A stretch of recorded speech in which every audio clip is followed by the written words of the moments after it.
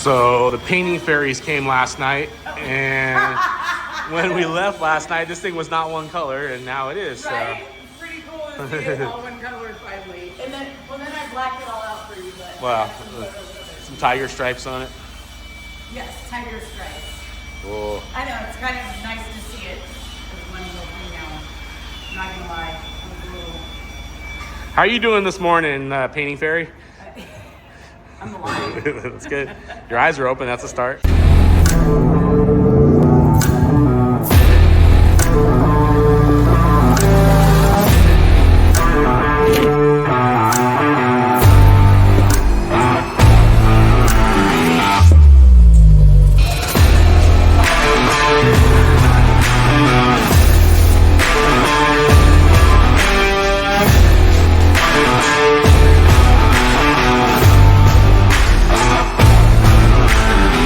Why we disappeared. Why is Teresa so loud? I don't know. Does it show louder? Yeah, I mean, when I go like that, I get louder. I can put it lower. Let me try. I don't know. There we go. I'm good. There we go. There we go. Well, you guys, we're back. We kind of went on a hiatus. We disappeared, went into the black hole of the SEMA crunch, I would say. Yeah, SEMA. Right? Yeah. That's essentially what happens. This thing kind of inundated our lives. And it took up everything. So we just, that was all of our time. And I'm sure any of you who've done any of this video, YouTube, social stuff, you know how much time it takes. So that got put on the back burner while we were working on that. So. But we did get, some video, and we got some time lapse of things that were happening. So we were shooting content. We just were not editing it to put it on YouTube. Mm-hmm. So we're gonna kind of go backwards. You kind of see the almost finished product behind us, not quite, but it's a rolling representation of what you were trying to do. We're getting there. We're getting there. Is it running yet? No. Did I tell people it would be running yet when I went to SEMA? No, because I knew and understood that was a whole different animal for sure. But I don't know about, right about that time, probably about September or so, we got, it was like middle of September, I think, when we got a call from Ford with an amazing opportunity. And so we just kind of couldn't back out of that. I think that was really something that we had to. Well, I think at that point we kind of had some uncertainty as far as what we were going to do for motor and transmission. We were kind of bouncing around, thinking of going LS even. It was literally that day when I kind of, when things kind of happened. And so it was kind of funny that, yes. Mm-hmm. Everything happens for a reason. So that all fell into place, but it definitely had to take first priority. This fully of us doing all of this. So, we knew it was going to SEMA. We knew it wasn't going to be a full, drivable vehicle when it got to SEMA. That was never the plan to begin with anyway. So I mean, we were hoping, but this was 6 months ago when we started all this, or 8 months, whatever it was now. Building a SEMA vehicle, not the same as building a race car. Yes. I'm realizing that, people.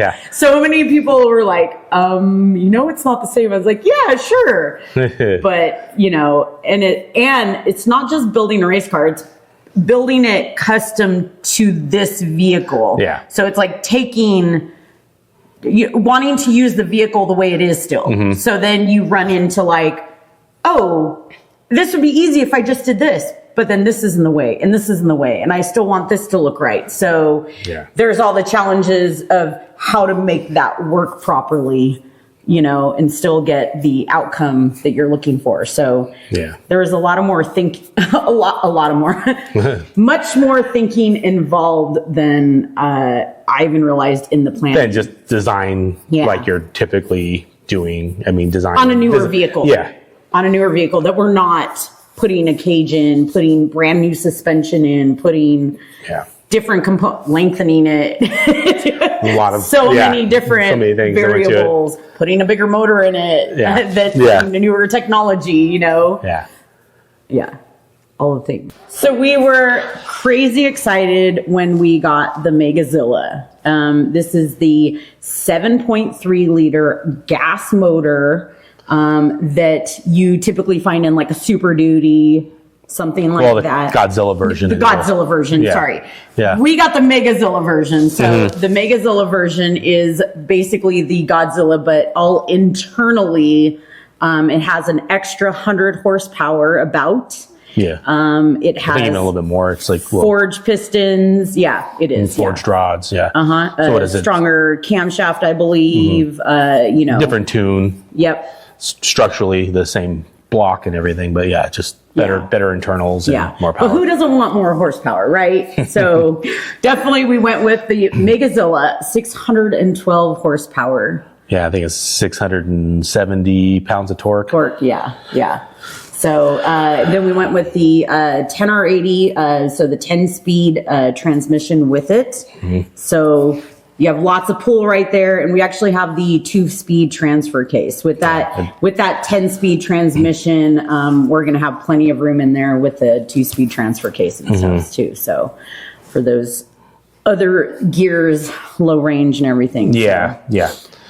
Well, because I mean, we figure everything, the 10-speed is going to work well with the transfer case, and that 10-speed transmission, and then we're going to have 538 gears from Dynatrack in our Dynatrack XT60. Yukon gears inside the Dynatrack Pro Rock XT60 axle right here. I've got that pretty good, huh? Yeah. It's good you got your numbers all down now. I do. And the 538 gears, I am very familiar with that now too as well. So making sure we got it all. So I think it's going to give us some versatility and, kind of do good in the desert, do good in the rocks, do a little bit of everything. Because I like to go fast in the desert. Yeah. But it's more of a desert truck. It really is more of a desert truck. It's built to be capable out here in Johnson Valley and in the rocks, but it's desert is majority of what we do, what she is going to be doing most. So we got the motor. Yeah. And, we thought, we took our time. We really thought we put it in the right position. Measured. I opened the firewall a little bit up, what I thought was a little bit. And we set it in there and set the motor mounts. I had a disagreement with the axles. And the motor's a lot bigger than we thought. You just jumped to it a little bit. Yes, once the motor was in, we tried to put the axle in. And this is when the disagreement happened. Yeah, It was a little tighter than expected. Yeah, there was no tightness. It was it was hitting. This is where the word packaging has come up very often. I didn't understand the term before as much.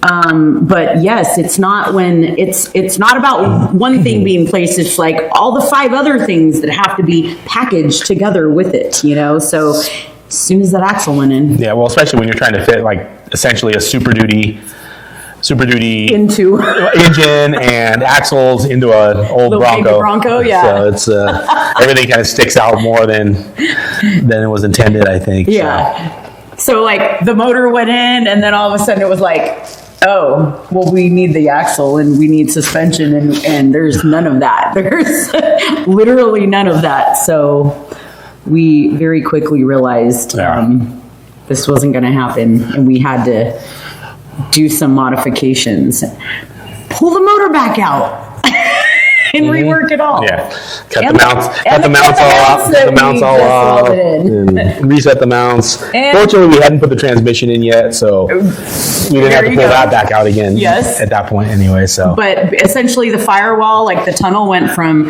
this big to this big, so that we could push it back into there a little bit more. So, the frame is narrow, but the motor is taller and narrower, so it does fit into the frame well.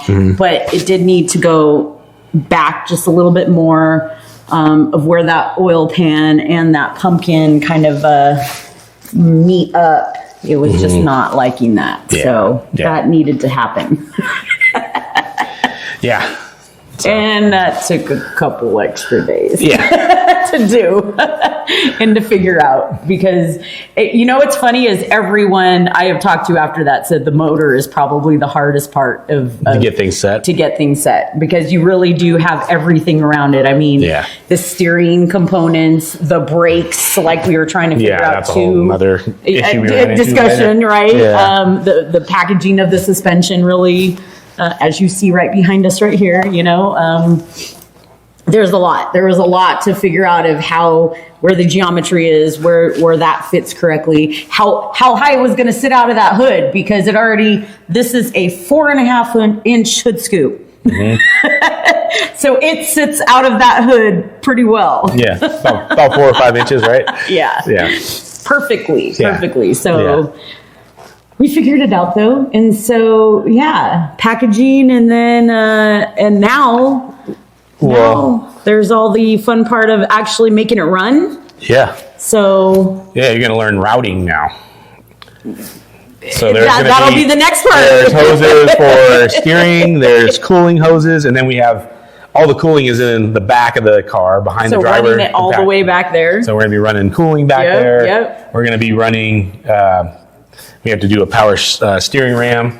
So we have to run all the cooling or the steering lines or hoses, brake lines, all the wiring for everything, all the lights and engine and control packs. Radios, the winch, you said control pack, control pack for the motor. Well, and then we have the control pack and things for the winch too, and the lights, all the things like that. So yes, there is a lot going on still.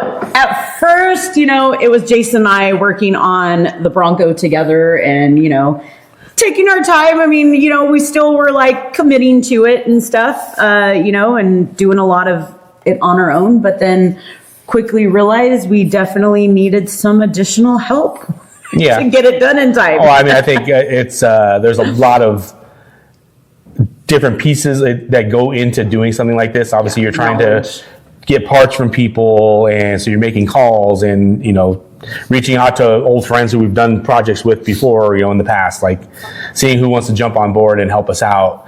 So, but that's a lot of time. You spend half a day in there emailing people back and forth, telling them what your plans are, what your goals are, what your hopes are, whatever that is. and you're trying to find the right people. And it may take 2 or 3 shots before you get the right person or company that wants to help out. Yeah. We definitely, it was office shop, and then we'd take turns and switch and do that and pick, what we needed to do. So, so yes, it was me and Jason doing that. Dylan from Icon was coming up, weekly and helping us on the suspension and what we were doing with that. And really it was, us on getting all the products, here and, in time and stuff like that too. It's hard because yes, you're looking for one thing, but you can't do something else again with the word packaging until that happens. So we did. We reached out for help, and a lot of people came up and helped, and it was amazing. We were able to get, my dad was up here helping. We had different, friends and family, up here, doing things and stuff. And even if it was running errands for us, because we were up in the high desert in Johnson Valley. So there were people meeting down in LA County and stuff of like, making transfers of products, and everything is 2 hours away from us. So like everybody who's in off-road knows Cartex, right? So we're 2 hours from Cartex. So we would have people pick up parts and then meet us halfway. So it's only an hour instead of a 4-hour drive. Cartex. So we're trying to picking up parts along the way. PRP over in Temecula too and stuff. So we definitely, everyone was helping us in different ways, whether or not it was like physically on the vehicle or picking up parts and things like that, or making phone calls and trying to help us out too. That was a really, Dynatrack was, they helped us out by, coming up here and installing all of the internals for the axles and stuff like that too. That totally helped out. So all the things, everyone working together, to help to get it, to SEMA in time. In again, even in the unfinished state it was, but still with the vision and that everyone could see, and it was amazing. It was really cool to see everyone pull together. lots of friends helped, even when I was still on my way to SEMA. People were still helping out there at SEMA too as well. So yeah, you were working on it until it hit the booth pretty much, right? Yeah, it was way more work than I could have imagined, definitely. And we have done a ton of SEMA builds in the past. It was definitely not a SEMA build, but race cars, different animal. Yeah. And we will get more into that, of explaining the why behind it and everything else. So yeah. But we're back. Yeah. Back to work on it some more.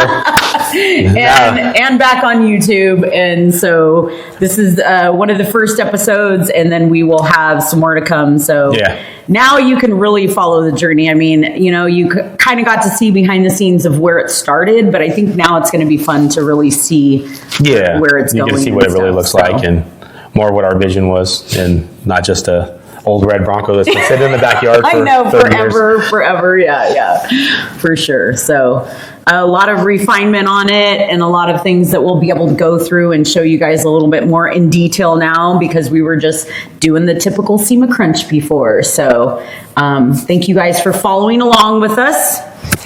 Thank you for, sorry we were been gone for a couple months, but we'll try to get some stuff going here again, and getting consistent with it again. Yep.